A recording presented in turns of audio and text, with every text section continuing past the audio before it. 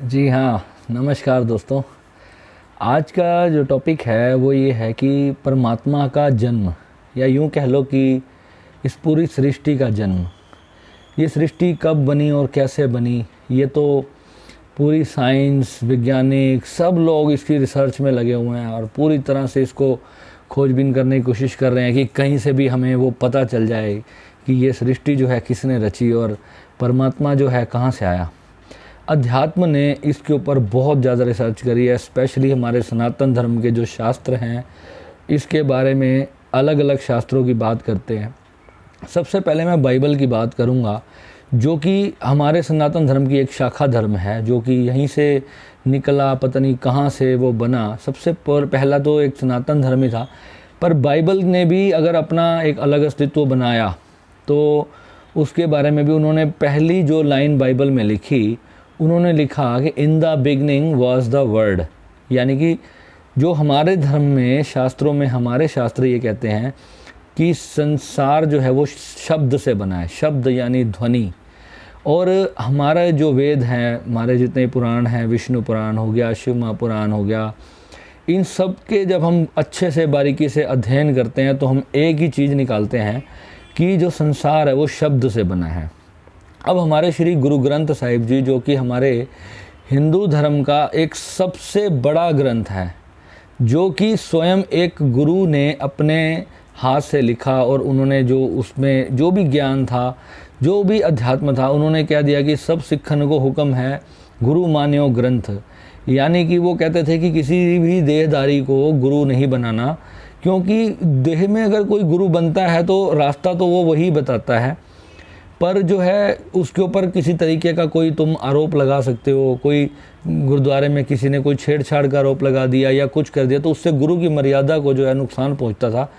तो इसलिए उन्होंने देहधारी गुरु की प्रथा ही ख़त्म कर दी, और उन्होंने अपनी जो सारी शक्ति थी, इस बात को बड़े ध्यान से सुनना, अपनी जो सारी शक्ति थी वो उन्होंने गुरु ग्रंथ साहिब में डाल दी। कौन से गुरु ग्रंथ साहिब में? जो भी सिख होगा सबसे पहला गुरु ग्रंथ साहिब था उसमें। यानी कि जो बाकी पूरी दुनिया में जो गुरु ग्रंथ साहिब हैं वो सिर्फ उनकी एक कॉपी हो सकते हैं, उनकी तरह एक रीप्रिंटेड हो सकती है, पर जो गुरु ग्रंथ की जो स्वयं की जो शक्ति थी, जो गुरु जी की 10वें गुरु जी की जो शक्ति थी, वो उस ग्रंथ के अंदर है। इसका मतलब उसको हम जो है असली में, सही मायने में जो है गुरु माना जाएगा। पर वो उस गुरु की जो शक्ति है, उसका जो प्रकाश है, उसका जो भी उसका जो तेज है, वो सभी गुरु ग्रंथ के अंदर मौजूद होता है। वो ऐसे होता है कि जब गुरु चाहता है तो वो सब कुछ ट्रांसफ़र कर सकता है, अपनी एनर्जी। शिष्य उसका 10,000 किलोमीटर दूर भी बैठा हो, 10 लाख किलोमीटर भी दूर क्यों ना बैठा हो, अगर वो अपने गुरु को याद करता है तो गुरु की जो एनर्जी है वो वहाँ से गुरु के ऑरे के साथ कनेक्ट हो जाता है, और उसके बाद वो शक्ति वो फील कर सकता है। तो ये जो साइंस है ये गुरु और शिष्य की, तो गुरु किसी को जब शिष्य बनाता है तो उसको ही वो अपने ऑरा के साथ जोड़ लेता है, और उसके बाद जो है वो कहीं से भी बैठ के अगर वो ध्यान कर रहा है, साधना कर रहा है, तो उसके गुरु की जो कृपा है उनको प्राप्त होती रहती है। अगर हम गुरु ग्रंथ साहिब जी को ध्यान करके उनकी पूजा कर रहे हैं, उनकी अर्चना कर रहे हैं, और उनका जो उसमें जो भी लिखा हुआ है उस पर अमल कर रहे हैं, जो गुरु ग्रंथ साहिब जी कहते हैं कि एक ओंकार सतनाम, कर्ता पुरख निर्भव निर्वैर, अकाल मूरत अजूनी सैभंग, गुर प्रसाद जप आद सच, जुगाद सच है भी सच, नानक होसी भी सच। तो इसकी जो पहली लाइन है उसमें क्या कहते हैं? एक ओंकार सतनाम, यानी कि जो कुछ भी है वो एक ओम है, ओंकार है। आपने देखा होगा हम कभी शिव जी की पूजा करते हैं, कभी राम की भी करते हैं, कृष्ण जी की भी करते हैं, हम सब की पूजा करते हैं, पर आपने कभी देखा होगा वो सब ध्यान में बैठते हैं और वो ओम का उच्चारण करते हैं। ऐसा क्यों है? जब वो लोग ओम का उच्चारण कर रहे हैं तो फिर हमें किसका उच्चारण करना चाहिए? और सबसे पहली बात कि क्या आपका कोई भगवान हो सकता है या मेरा कोई भगवान हो सकता है जो मुझे पैदा करेगा और मुझे जब चाहे वो मुझे मार देगा? ये कोई किसी के हाथ में थोड़ी ना है, ये तो एक नेचर है। नेचर में जब एक पक्षी भी होता है ना, वो एक आम का गुठली खा के उसको कहीं फेंक देता है तो वो वहाँ पे वो जन्म हो जाता है, यानी कि एक नेचर है। अगर उस पक्षी ने उस आम को नहीं खाया होता और उसकी गुठली को कहीं नहीं डाला होता तो वहाँ दूसरा पेड़ नहीं उगता। तो सबसे पहली जो हमारी बात आती है कि सृष्टि में जो परमात्मा कहाँ से आया। अगर हम हैं, हमारा अस्तित्व है, वही बात आती है कि अंडा पहले आया या मुर्गी, एक बहुत बड़ा क्वेश्चन है। पर सच तो यही है कि मुर्गी अंडे के बिना पैदा हो ही नहीं सकती। अंडा भले ही कहीं से चमत्कार से उत्पन्न हो गया हो, साइंस तो यही कहती है ना कि मुर्गी जो है अंडे के बिना हो नहीं सकती। अंडा तो एक तरह की मुर्गी ही है, जब वो पूरा फॉर्म में आ जाएगा तो वो बस उसमें से चूज़ा निकल आता है। एक्चुअल में तो अंडा ही शुरुआत है। भी ओशो ने इस बारे में बताया था कि जो शुरुआत अंत जब धरती की हुई तो सबसे पहले तो अंडा ही हुआ है, जो भी पैदा हुआ है अंडे से ही हुआ है। अस्तित्व में तो वही चीज़ थी। और हम जब सोचते हैं कि जब परमात्मा भी नहीं रहा होगा, एक कल्पना ही करो इस बात की, जो भी पढ़े लिखे लोग हैं, जितने भी समझदार बुद्धिजीवी लोग हैं, मैं उनको सबसे आग्रह करता हूँ कि आप इस टॉपिक पर थोड़ा सा कल्पना करके सोचें कि जब सृष्टि में कुछ नहीं होगा, कहीं तो सृष्टि की शुरुआत हुई होगी ना। हम तो कहते हैं कि परमात्मा अनादि है और अनंत है, जिसकी ना तो कभी कोई शुरुआत हुई है पर ना ही कभी कोई अंत हुई है। पर हमारा जन्म तो हुआ है, मेरा 5 सितंबर 85 को हुआ था, तो आपका भी किसी न किसी डेट को हुआ है और किसी न किसी डेट को आप मर भी जाओगे। तो संसार का जन्म कब हुआ, तो इसके बारे में जो हमारे गुरु ग्रंथ साहिब जी कहते हैं, वो कहते हैं सबसे पहले जो था शून्य था। सिर्फ परमात्मा जो है, जो अकाल पुरख परमात्मा है, उनको अकाल पुरख कहा जाता है। यानी कि वो एक साक्षात एनर्जी, एक लिविंग कॉन्शियसनेस, एक सुपर कॉन्शियसनेस, जो इसको कह लो आप द होल वर्ल्ड्स कॉन्शियसनेस, जो पूरी धरती, पूरे ब्रह्मांड, पूरे आकाश, चाहे कितनी भी मिलियंस ऑफ मिलियंस गैलेक्सीज हों, कुछ भी हो ऊपर आकाश में, अरबों खरबों करबों किलोमीटर तक चले जाओ, अगर वहाँ जब कुछ नहीं है तो यानी कि जिस चीज़ के ऊपर एम्प्टी स्पेस ही तो है ना, एम्प्टी स्पेस के अंदर ही तो कोई चीज़ प्रकट होगी। अगर धरती कहीं से प्रकट हुई है तो एम्प्टी से प्रकट हुई है। यानी कि एक हम एटम को अगर तोड़ते जाएं, अमेरिका ने इस पर रिसर्च किया था और बहुत करोड़ों अरबों खरबों रुपए की मशीनरी लगाकर उन्होंने वो एटम को तोड़ने के लिए जो है अभ्यास किया। पहले कई बार उनके प्रोजेक्ट जो है वो फेल गए, पर अभी लास्ट ईयर उन्होंने जो है उस एटम को तोड़ दिया और उन्होंने क्या पाया कि उसमें से कुछ नहीं बचा, यानी कि वो गायब हो गया, टूट गया, ख़त्म हो गया। और उसमें से जो निकला ना, वो एक गोल्डन कलर की ऊर्जा थी, यानी कि एक एनर्जी थी, जो उन्होंने उसको जो क्रिलियन कैमरे के अंदर उसको कैप्चर भी किया। और उसके बाद उनको यही पता चला कि जो है सब कुछ जो है वो एक शून्य निराकार है और एक ऊर्जा है, एक एनर्जी है। तो यानी कि जो कुछ भी हमें दिखाई दे रहा है वो सब परमात्मा की एक सॉलिड फॉर्म है, जो कि उस निराकार से साकार हो चुकी है। तो फिर आप और मैं अलग कैसे हो गए? और परमात्मा के पास आज भी वो शून्य वहीं का वहीं है जिस पर हम सब टिके हैं। ये धरती जो घूम रही है, उस कॉन्शियसनेस, एक ग्रहों का एक आसपास में जो तारे हैं, नक्षत्र हैं, एक ऐसा कॉम्बिनेशन है, एक गुरुत्वाकर्षण है जो एक सिस्टमैटिक तरीके से खड़ा है और धरती को बिल्कुल परफेक्ट उसी डायरेक्शन में उसी तरीके से घुमाता चला जाता है। कितनी बड़ी हैरानी की बात है, एक छोटा सा वीर्य की कण होता है और इतना सुंदर बच्चा बन जाता है 9 महीने के अंदर। तो मतलब कितनी अचंभे की चीज़ है। हम सोचते हैं यार ये जो एक 80-90 किलो का इंसान खड़ा है वो वास्तव में सिर्फ एक छोटा सा स्पर्म है। तो स्पर्म कहाँ से आया, स्पर्म की उत्पत्ति कैसे हुई?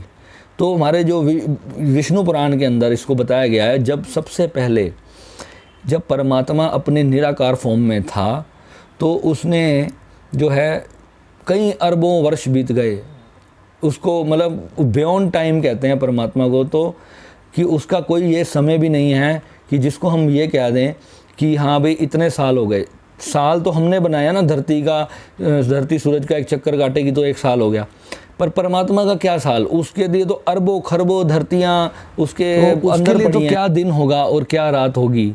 जब पूरा ब्रह्मांड ही वही स्वयं है तो उसकी तो कोई दिन और रात है नहीं, वहाँ तो सिर्फ रात ही है, अंधेरा ही है। सूर्य, अब हम यहाँ से धरती से जब चांद के तारे के प्रकाशों को देखते हैं, चांद और तारे के, तो हमें कुछ भी नहीं दिखता।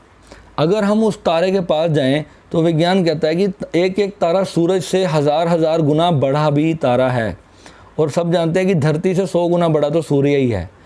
और अगर आप इसको यूट्यूब करके देखेंगे, अपनी गैलेक्सीज वेज को देखेंगे, ऊपर मिल्की वे सब जो सिस्टम है उसको देखेंगे, अपने कितने सोलर सिस्टम है ब्रह्मांड के अंदर, तो आपका दिमाग ख़राब हो जाएगा कि हमारी तो एक वैल्यू नहीं है, हमें कर्ण बराबर है सृष्टि के अंदर। ये जो धरती है, इतनी बड़ी विशाल धरती, जिसके अंदर भारत एक इतना सा छोटा सा देश, और उसके अंदर एक इतना बड़ा हमारा शहर, फिर उसके बाद हमारा इतना बड़ा मोहल्ला, फिर हमारा इतना बड़ा घर, उसमें भी एक कमरा, उस पर भी एक पलंग के ऊपर हम इतने से बैठे होते हैं, और हम अपने आप को सोचते हैं यार मैं ये कर दूंगा, मैं वो कर दूंगा। तो सोचने की बात ये है कि हमारा अस्तित्व है क्या इस ब्रह्मांड के अंदर। और जो परमात्मा है वो जब अपने निराकार फॉर्म में था तो उसने क्या सोचा, उसके जो मन में एक स्पंदन हुआ, एक ऊर्जा जो है उसके अंदर से प्रकट होनी शुरू हुई। वो धीरे धीरे धीरे क्रोध में बदलती गई। उसके अंदर जो भी 5 तत्व थे, जो धरती, आकाश, पृथ्वी, अग्नि और जल, ये 5 तत्व जो है ना अमर हैं, ये कभी भी इस सृष्टि से गायब नहीं किए जा सकते, ना ही इसको कोई इंसान बना लेगा। आप मोबाइल बना लोगे, जहाज़ बना लोगे, ट्रक बना लोगे, बस बना लोगे, सब कुछ बना लोगे, पर आपको सबके लिए 5 तत्वों की ज़रूरत पड़ेगी। वो 5 तत्व जो हैं वो बेसिक हैं, वो कभी भी जो है कहीं से ला के नहीं आप बना सकते, या आप किसी एक कागज़ को भी आप पूरी तरह ख़त्म नहीं कर सकते। आप उसको जला के पूरा राख कर देंगे तो फिर भी उसकी जो है वो राख ज़रूर बचेगी, उसको पूरी तरह से नष्ट नहीं किया जा सकता। ठीक है, तो ये अमर तत्व हैं। ये 5 जो तत्व हैं ये शुरू से हैं सृष्टि के अंदर, वो निराकार फॉर्म में थे। जब वो ऊर्जा जो एनर्जी के अंदर जब स्पंदन होता चला गया, इतनी वाइब्रेशंस उसमें पैदा हुई, तो हमारे शास्त्र इस बारे में कहते हैं कि एक भयंकर विस्फोट हुआ। एक परमात्मा इतने क्रोध में आ गया, वो अपने आप को जानना चाहता था, क्योंकि वो एक निराकार शक्ति है। उसको जैसे हम आँख बंद कर लें अपनी, इस बात को समझना बड़े ध्यान से, और पूरे कमरे के अंदर दोस्तों पूरा अगर अंधेरा कर दिया, घुप अंधेरा कर दिया, और 1 करोड़ साल तक हमें उसके अंदर छोड़ दिया जाए और अंधेरा है, कुछ नहीं है, तो हमारे अंदर क्या फीलिंग पैदा होगी आप सोचो। 1 करोड़ साल, तो मैं यहाँ अपने उम्र के हिसाब से बोल रहा हूँ, हम 100 साल के हैं। सोचो जहाँ परमात्मा एक टाइमलेस स्टेट था, जहाँ पर कोई ना दिन ना कोई रात, और वो वही कॉन्शियसनेस जो मैं बात कर रहा हूँ, आप सुन रहे हो, जो आपके शरीर के अंदर बैठा एक तत्व है जिसको आत्मा कहते हैं, वही वास्तव में वो परमात्मा है। पर अभी तक हमने अपने आप को आत्मा माना हुआ है, और हमने ये सोच रखा है कि मैं अलग हूँ, आप अलग हो, क्योंकि आपकी चिप और मेरी चिप अलग अलग है। हम दोनों का जो दिमाग है मैं अलग शहर में पैदा हुआ हूँ, आप अलग शहर में पैदा हुआ हूँ, आपके रिश्तेदार अलग, सब कुछ अलग। हमारी चिप के अंदर मैंने जो ज्ञान लिया वो मेरी चिप में है, आपने जो ज्ञान लिया वो आपकी चिप में है। हो सकता है मेरे से कई चीज़ों में आप 1 करोड़ गुना आगे हो, क्या पता किसी चीज़ में मैं भी आपसे आगे हूँ। तो ये हर किसी की जो चिप है ना, इसके अंदर हमने जो डालते गए अंदर जो सॉफ्टवेयर, तो जो मेन काम कर रहा है वो एक ही है, और वो परमात्मा है, जो इस बुद्धि के माध्यम से ज्ञान को अर्जित कर रहा है, अपने ही ज्ञान को अर्जित कर रहा है, और वो सब तरह के जीवन को जीना भी चाहता है। और वो पूरी धरती पे जितना कुछ भी है, वो मच्छर बन के उड़ना चाहता है, पक्षी बन के उड़ना चाहता है, वो शेर बन के शिकार भी करना चाहता है, वो हिरन बनकर शिकार होना भी चाहता है। उसने एक पूरी सृष्टि जब रची है तो इसके पीछे एक बहुत बड़ा सिस्टम है, एक सॉफ्टवेयर है एनर्जी का, और हमारे ही जो विकास का जो हम सोचते हैं, जो अपने ऊपर उठने के लिए, जो आगे बढ़ने के लिए जो हम सोचते हैं, परमात्मा भी अपना विस्तार कर रहा है। ये तो आपने ओशो से भी सुना होगा, और ओशो ने इस बारे में बहुत अच्छे से बताया भी है। परंतु जब हमारे शास्त्र इसके बारे में क्या चीज़ असल में कहते हैं, वो हमें सबसे ज़्यादा सीखने की ज़रूरत है। आज की वीडियो मैं काफ़ी लंबी बना रहा हूँ, क्योंकि ये टॉपिक ही इतना लंबा है कि मैं आपको 5 मिनट में इस बारे में नहीं बता सकता। इसको जानने के लिए मेरी ज़िंदगी लगी है, और मैंने जो है बड़े धक्के भी खाए हैं। शास्त्रों में पढ़ा था मैंने बचपन में ही कि हाँ भाई निराकार है, ये साकार है, उसमें ऐसा हुआ, विस्फोट हुआ, ओमकार हुआ, उसमें ध्वनि हुई, ये सब चीज़ें मैंने भी पढ़ी। पर जब तक अनुभव नहीं होगा उस चीज़ का, अब अनुभव करने के लिए हम किस चीज़ पे आते हैं, हमें ओंकार को कैसे अनुभव होगा। तो जपुजी साहिब के अंदर ही एक अगर आप उसको ढंग से पढ़ेंगे तो उसमें आता है परमात्मा के जब पाने का जो उसका रास्ता बताया गया, वो जपुजी साहिब का अगर आप हिंदी अनुवाद पढ़ेंगे ना, तो उसमें साफ लिखा हुआ है कि परमात्मा शब्द रूपी है, उसको हम सुनकर जान सकते हैं। सुनकर यानी कि अगर हम अपनी एक शांत इन्वायरमेंट में जहाँ पर एक पिन ड्रॉप साइलेंस हो, जहाँ पर एक सुई भी गिरे तो उसकी आवाज़ आए, इतनी शांति होनी चाहिए। पंखा भी ना चल रहा हो, अभी यहाँ भी पंखा चल रहा है तो बीच बीच में थोड़ी उसकी डिस्टर्बेंस आती है, तो उसमें भी हमें अपनी अंदर की आवाज़ सुनाई नहीं देती। अगर आपने कई बार नोटिस किया होगा, अगर आपने बचपन में अगर पापा का चांटा खाया हो तो, या मैडम का स्कूल में चांटा खाया, तो कान में घंटी सी बजती है, एक लंबी सी आवाज़ चलती चली जाती है। वो क्या चीज़ है? कभी आपने सोचा कि कान में थप्पड़ पड़ा, मुझे घंटी की सुनाई दे रही है, एक ऐसी बेल टी, ऐसे बड़ी देर तक सीटी सी विस्सल सी बजती है। हम कभी बचपन में पता नहीं होता था वो क्या चीज़ है। दोस्तों वो शून्य की आवाज़ है। क्यों? जब उस समय जब झापड़ पड़ा ना हमारे कान के ऊपर, तो हमारे दिमाग को एक झटका सा लगा और दिमाग एकदम जैसे सब कुछ उसमें जो विचार करने की चीज़ें हैं वो सब हिल गई।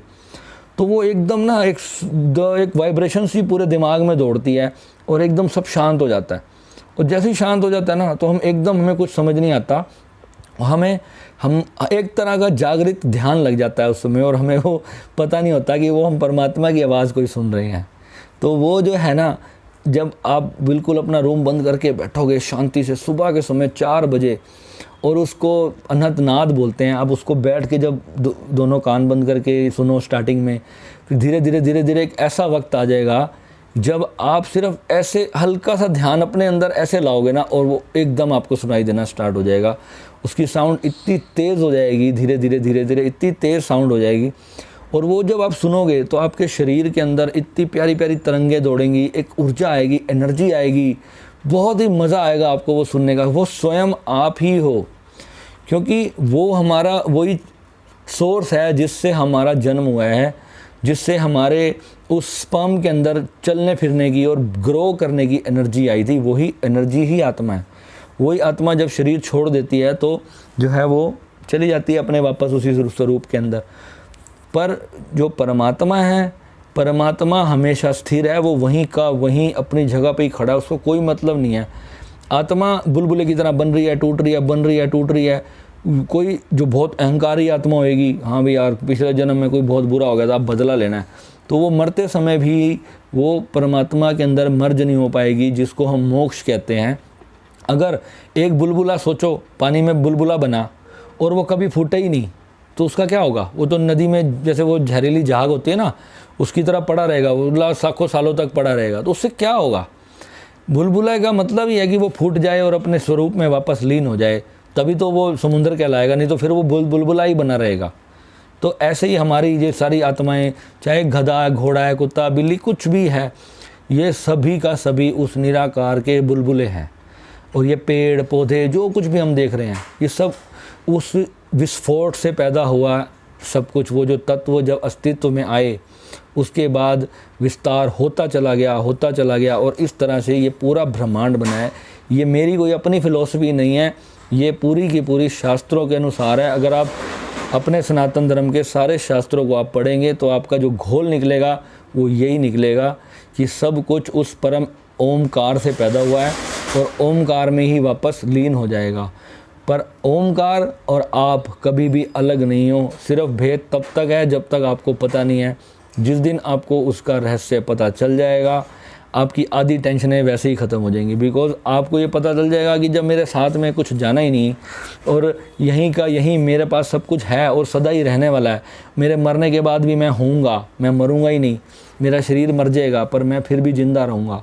और आपको जब ये पता ही चल जाएगा कि ये जो तकलीफ़ है ये शरीर तक ही है, सारे झगड़े सारे फसाद जब तक हम जिंदा हैं तभी तक तो है ना। तो हमें ध्यान के माध्यम से ही उस परमात्मा को जानना है, यानी कि स्वयं को जानना है। हमारा सनातन धर्म कहता है ना, अहम ब्रह्मास्मि। तो जब वहाँ पर इंसान पहुँच जाता है तो उस स्टेज में जाके इंसान यही बोलता है कि अहम ब्रह्मास्मि, यानी कि मैं ही ब्रह्म हूँ। और वो कोई बहुत बड़ी अचीवमेंट नहीं है जिसको अगर इंसान सोचे कि भाई बहुत बड़ी अचीवमेंट है। यार सीधी सी बात है यार, आप ही हो और अपनी याददाश्त मिल जाना क्या काहे की अचीवमेंट हुई यार। जो हम भूले पड़े थे, हम बॉम्बे चले गए और अपने घर को भूल गए यार, मम्मी पापा वहाँ पे रहते हैं, हमें पता ही नहीं, और हम उसको घर वापस आए यार, सोचें यार बहुत बड़ा कांड कर दिया ऐसा तो कुछ भी नहीं है। तो यार जो अपने जब वो चीज़ मिलती है ना तो ऐसा लगता है यार ये तो कुछ था ही नहीं यार, इतना ही था बस, मैं ये भूला हुआ था। वो जो समझ आता है ना, इतना ईजी हो जाता है, उसके बाद मज़ा आता है लाइफ का। और जो है अब इसको जब आप करोगे ना और ये मिलेगा ध्यान से, आप 10 साल 15 साल की सोच लगा के चलना कि इतना समय ध्यान में अगर आप नियमित रूप से दोगे तो ही आपको वो रियलिटी, स्पिरिचुअल रियलिटी जो आपकी रियलिटी है उसका भेद आपको पता चलेगा।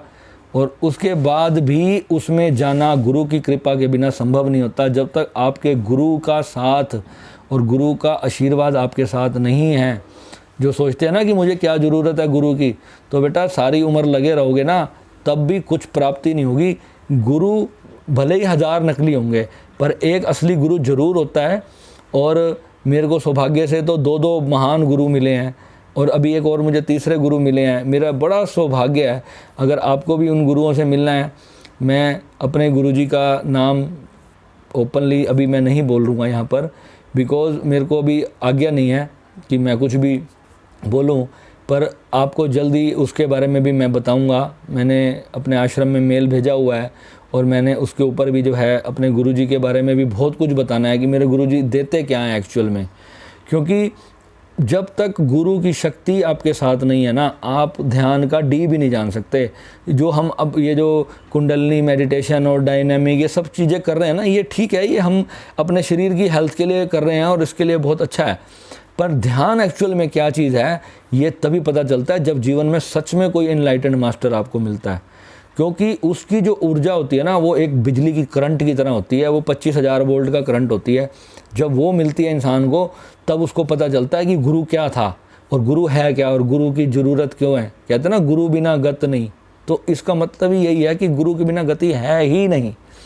तो दोस्तों अपना गुरु भी सर्च करो और जो है अगर आप अपने गुरु को मानते हो, अपने गुरु के कहने पे चलोगे तो रास्ता तो गुरु देते ही हैं, उन्होंने भी कहीं से सीखा हुआ होता है और आपको सिखाते हैं और उस पर आप चलो, मज़ा आएगा और परमात्मा के स्वरूप के बारे में पता चलेगा।